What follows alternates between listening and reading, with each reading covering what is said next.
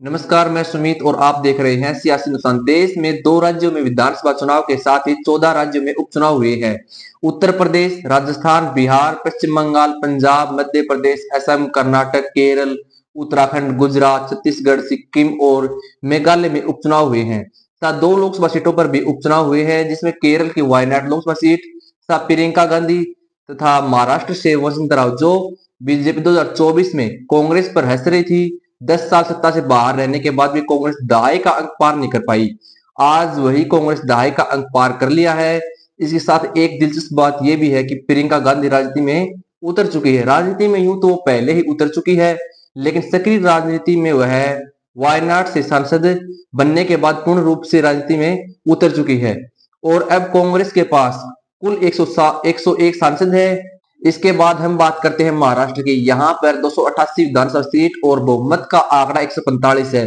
महाराष्ट्र में 2 पार्टियां अपने को असली पार्टी और नकली पार्टी के अस्तित्व के लिए चुनाव लड़ रही हैं, जिसमें एक है शिवसेना शिंदे गुट तथा दूसरा शिवसेना ठाकरे गुट है तथा दूसरी पार्टी के रूप में एनसीपी अजित पवार गुट तथा एनसीपी शरद पवार गुट।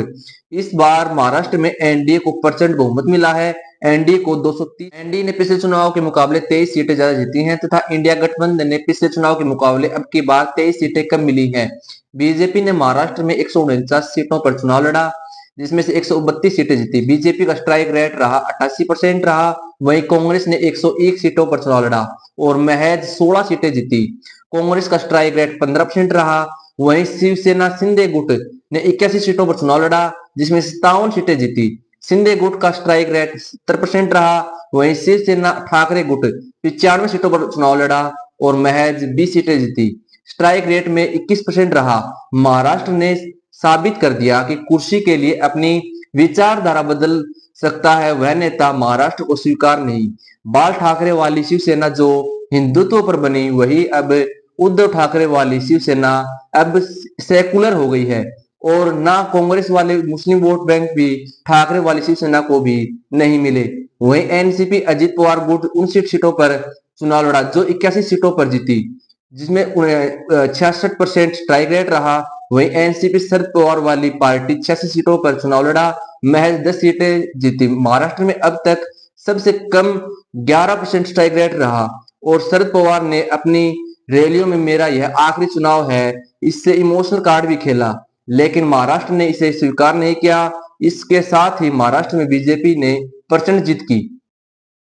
वहीं 14 राज्य में उपचुनाव की कुल 50 सीटों पर चुनाव लड़ा, जिनमें से एनडीए ने 25 सीटें जीती। वहीं इंडिया गठबंधन ने 50 में से महज 10 सीटें जीती। वहीं 2 राज्यों में सबसे ज्यादा चर्चा राजस्थान यूपी की रही, क्योंकि यहाँ पर यूपी में अटकलें थी कि योगी आदित्यनाथ को हटाया जाएगा, लेकिन योगी ने अपना जलवा दिखाकर 9 में से 7 सीटें जीतकर अपने कार्यकाल को 2027 तक बुस्ट कर लिया है। वहीं राजस्थान के मुख्यमंत्री भजनलाल ने भी अपनी कुर्सी बचाने के लिए 7 में से 5 सीटें जीतकर अपनी कुर्सी बचा ली है। ऐसी ही और अधिक वीडियो देखने के लिए जुड़े रहिए सियासी नुकसान के साथ।